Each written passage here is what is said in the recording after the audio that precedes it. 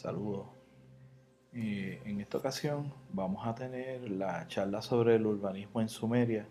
Sé que algunos no pudieron estar en la clase por diversas razones, pero voy a pasar muy rápidamente sobre este asunto que en cierta medida ya habíamos tocado en unas clases anteriores. Primero, los requisitos para el desarrollo urbano, para el origen de las ciudades. Acceso a recursos naturales abundantes, capacidad tecnológica para controlar a la naturaleza o usufructuarla de manera efectiva.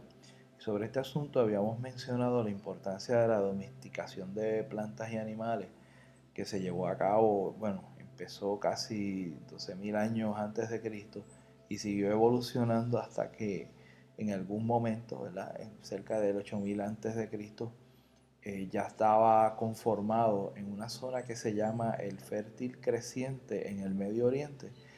Se había conformado zonas donde había domesticación de plantas y animales, por lo tanto le permitía extraer más alimentos del medio ambiente natural. Y acceso a recursos naturales abundantes, bueno, agua, granos, cereales, animales que podían ser domesticados. Y esa zona se convierte en una especie de hinterland aprovechable. Ustedes deben de tener ya claro qué es lo que significa la noción de hinterland. Otra de los requisitos o prerequisitos del desarrollo urbano es las fuentes fluviales, lagos, humedales, ríos. Es decir, humedales son zonas donde se caracterizan hábitats caracterizados por el agua. Ese acceso al agua va a ser importante no solamente por el abastecimiento, sino porque con la tecnología apropiada de irrigación podemos llevar el agua a diversos lugares. Y bueno, otro de los requisitos de la ciudad es que existe una población abundante, ¿verdad? Porque por eso es que se vive también en ciudades, porque hay una población bastante grande y tenemos la capacidad para alimentarla, sobre todo aquellas personas que no se van a dedicar a la agricultura, pues tiene que haber un grupo de personas que se dediquen a eso. ¿Cuáles son las variables que definen al entorno urbano? Esto ya lo hemos dado en clase en varias ocasiones, pero heterogeneidad, es decir, gente diversa, etnias, grupos étnicos, raciales, ocupaciones, clases sociales, estatus social. Es decir, estamos ante un fenómeno muy variado que rompe con lo homogéneo, con lo igualitario de las sociedades previas tribales o bandas de cazadores y recolectores. La arquitectura es diversa porque responde a diversas funciones de la ciudad, distintas actividades, el mercado, el templo, los palacios, las torres, las puertas, las murallas, todo ese tipo de cosas. Y un detalle que no había tocado en una clase anterior es el hecho de que las ciudades se van a caracterizar por arquitectura monumental. En Egipto, por ejemplo, las pirámides, en muchas sociedades del Oriente, los templos, entre los mayas, sus estructuras cuasi piramidales, eh, templos, como acabo de mencionar, puertas, estatuas. Hay todo un sinnúmero de características, ¿verdad?, que podemos llamarle arquitectura monumental. Va a haber densidad residencial y de otras funciones. Control de las aguas, esto es importante, el asunto de la irrigación. Así es que importantísimo eso, cómo llevar las aguas de un sitio a otro, del río a otros valles, a otras planicies, a otras llanuras. Y el uso de las aguas, ¿verdad? Por eso en las ciudades se van a caracterizar por tener grandes obras hidráulicas, acequias, es decir, zanjas, canales, eh, maquinaria, ¿verdad?, movida por agua para pasar el agua de un sitio a otro. Como le dije anteriormente, burocracia y Estado, es decir, una organización para hacer las cosas y unas clases dominantes que van a dirigir los destinos de esos grupos. Y claro, para atender a toda esa complejidad urbana se van a desarrollar los saberes, la tecnología, la escritura, por ejemplo, en tecnología, los metales, el uso de los metales, las ruedas, distintas formas de escritura o pictografía, maneras de comunicación, contabilidad del acervo del Estado, de la producción agrícola, todo ese tipo de cosas. Y claro, la ciudad va a desarrollar una religión, una ideología, en otras palabras, una manera de explicar el origen del universo, que no es otra cosa que una cosmogonía que lo explica todo y explica por qué es que está la ciudad, por qué es que hay reyes, por qué es que hay una gente diferente a otra, por qué es que el sol sale, por qué hay la luna, por qué hay las crecidas, y además los mitos de cómo llegaron a ocurrir todas estas cosas.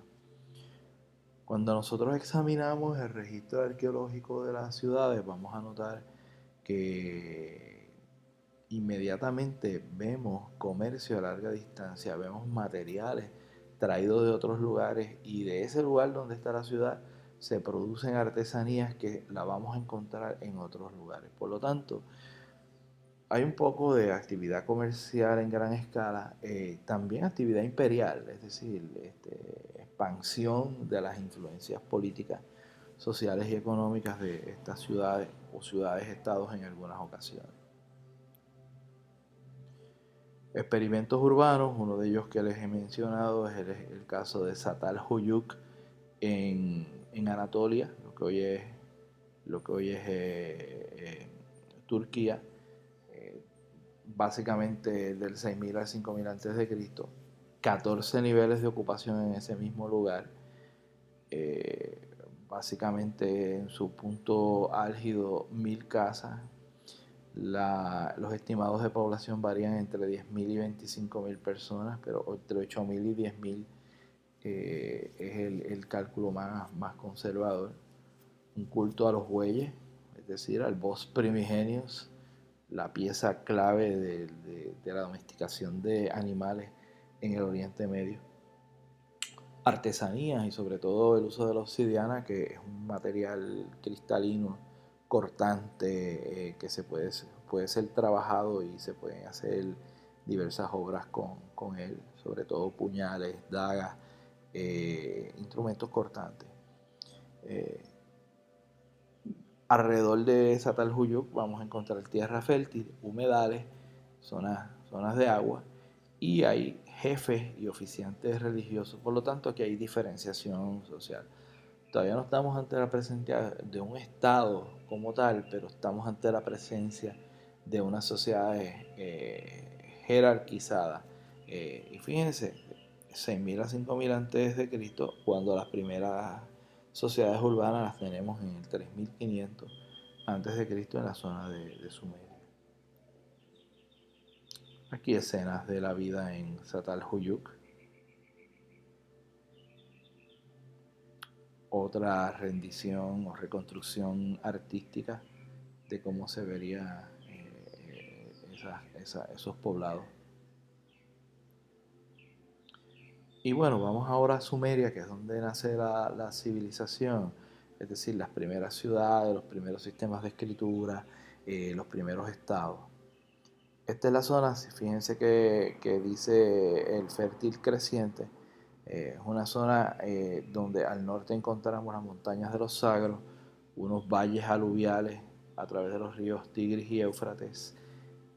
Toda esa zona del Golfo Pérsico, allá abajo, es una zona de humedales que va desde esa orilla del mar hasta donde está Eridu, Ur y Uruk. Por lo tanto, es una zona dominada por aguas salobres. Los humedales en esta zona, ¿verdad?, combinaban ese tipo de agua. Así que, y esa es una zona bien rica, pero fíjense, y desde entonces está dominada por tres hábitats fundamentales: los valles aluviales, donde los depósitos de cieno iban fertilizando esa zona.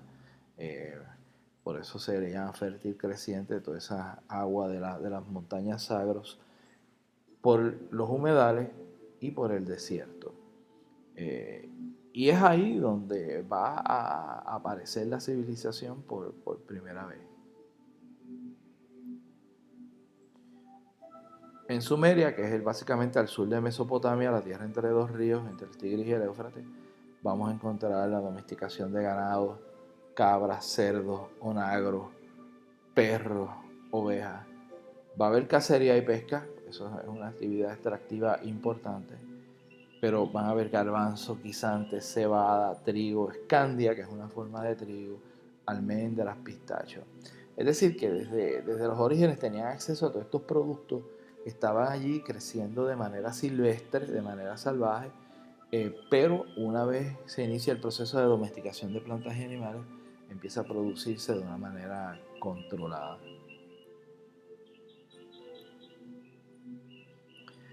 El urbanismo en Sumeria lo podemos resumir, ¿verdad? Y esto es lo que me interesa que ustedes tengan claro. Las primeras tres ciudades en orden de sucesión van a ser Ubaid, Uruk y Ur, conocida en la Biblia como Ur de los Caldeos, que es el hogar del profeta y patriarca Abraham. Las ciudades en Sumeria, en distintos niveles, se van a caracterizar por murallas, fortificaciones, puertas muy elaboradas, una zona de centro amurallada, una especie de ciudadela, y en las afueras un suburbio con casas y granjas. El zigurat, que no es una pirámide, pero es una estructura en por lo menos tres niveles, una base, una plataforma mediana y una plataforma al final, y es una zona que se usa para ciertos rituales y es el símbolo fundamental de las sociedades urbanas de Sumeria, el zigurat. Vuelvo y repito, no es una pirámide, aunque nos parezca de lejos una pirámide. Era fundamentalmente sólida, era con muy pocas cámaras o recámaras dentro. Eh, Así que una estructura monumental, arquitectura monumental. Clanes o grupos de familias con jefes, vamos a encontrarnos en la ciudad y vamos a encontrar la aparición posteriormente en las ciudades de Uruk y de Ur de reyes. El templo y el palacio van a ser parte de esto. Los puertos van a ser importantes también porque el acceso a los humedales, a los ríos, va a permitir, ¿verdad?, de que haya toda una serie de actividades riberinas relacionadas con la navegación. Y como les dije en algún momento, el concepto de ciudadanía, que va a ser importante para los sumerios. Usted pertenece a una ciudad, pertenece a ese espacio, se le va a aceptar como miembro de esa comunidad de gente que vive ahí. Aquí tenemos una reconstrucción de Ur, muchas de estas ciudades, hasta, ¿verdad?, llegar a una de las ciudades más grandes eventualmente al norte, que es Babilonia, como le decían en la Biblia, Babilonia la Grande. Vamos a encontrar una especie de ciudadela con sus edificios y alrededor todo el poblado de casas, albergando entre 25, en algún momento, por ejemplo, Ur tuvo 25 y 30 mil habitantes. Hay estimados que llegan mucho más arriba de eso, pero por encima de 25.000 habitantes tenían estas ciudades, que es una cantidad enorme si uno se pone a pensar en las fuerzas productivas, la capacidad tecnológica de esta gente en ese momento de la historia de la humanidad. Aquí ven el zigurat, que si volvemos a la anterior, lo vamos a ver allí a mano derecha. Una base, tiene ahí, según la reconstrucción, dos plataformas arriba medianas y una pequeña en la parte superior. Y esta es una reconstrucción del zigurat, de Ur, ¿verdad? Y cerca de él los palacios donde el arqueólogo Woolley a principios del siglo XX encontró las tumbas reales.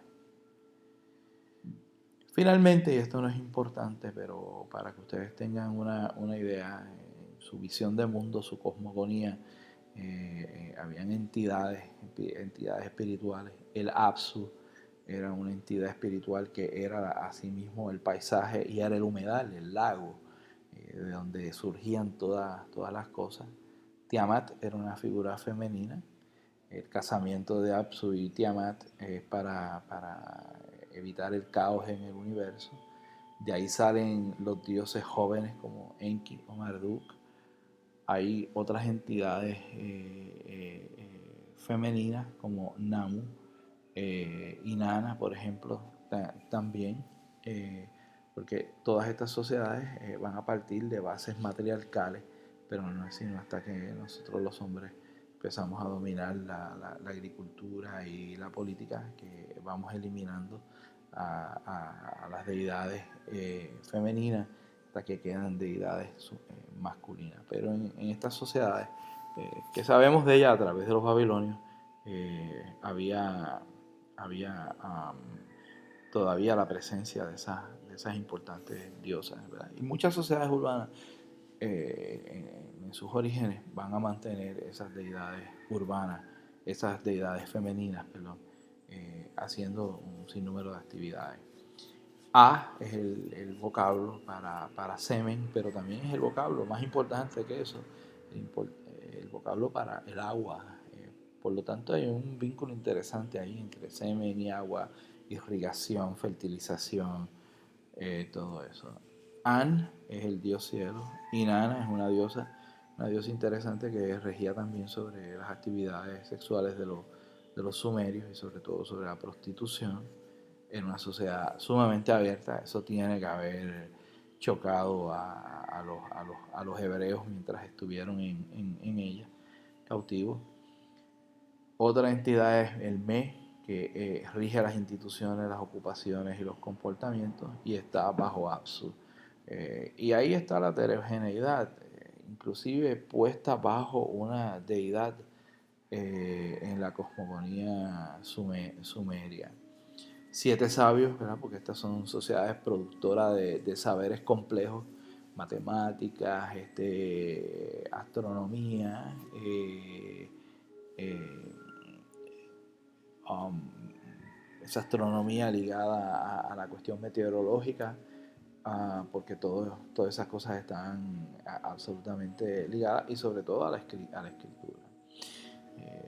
En la cosmogonía sumeria, los dioses se dan cuenta de que son muchos y que están trabajando en la construcción de un mundo, por lo tanto van a crear a los hombres para trabajar, a los humanos para trabajar. Es que van a usar barro para los dioses y barro también para hacer algunos humanos. Y estas ideas tienen que haber impactado de gran manera a todas estas sociedades de esa región del mundo. Y otra de las conceptualizaciones de estas sociedades era el diluvio, porque todas las inundaciones que provocaban el deshielo de las montañas Sagro, las lluvias, las escorrentías del Tigris y el Éufrates, todo eso causaba un impacto sobre estas sociedades, que inclusive en algunas de las excavaciones arqueológicas hay evidencia muy contundente de grandes inundaciones que provocó el abandono de algunas de estas ciudades durante algún tiempo. Así que ahí tienen una idea bastante general de las ciudades en Sumeria. Eh, a diferencia de lo que mucha gente dice por ahí, que Grecia es la cuna de la civilización. No, la respuesta es no. No y no. La cuna de la civilización va a ser Sumeria. Es allí donde aparecen las primeras ciudades y de ahí viene el concepto de civilización, de civitas en latín, que quiere decir ciudad, de ciudadanos, de contextos fundamentalmente urbanos. Es allí donde nace la escritura, donde nacen los primeros saberes. Y con eso tenemos cubierta esta parte del curso.